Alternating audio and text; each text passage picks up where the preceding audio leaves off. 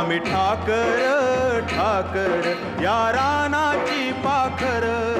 आम्ही ठाकर ठाकर या रानाची पाखर, या जांभया गर्दीत मांडून इवले घर, आम्ही ठाकर ठाकर या रानाची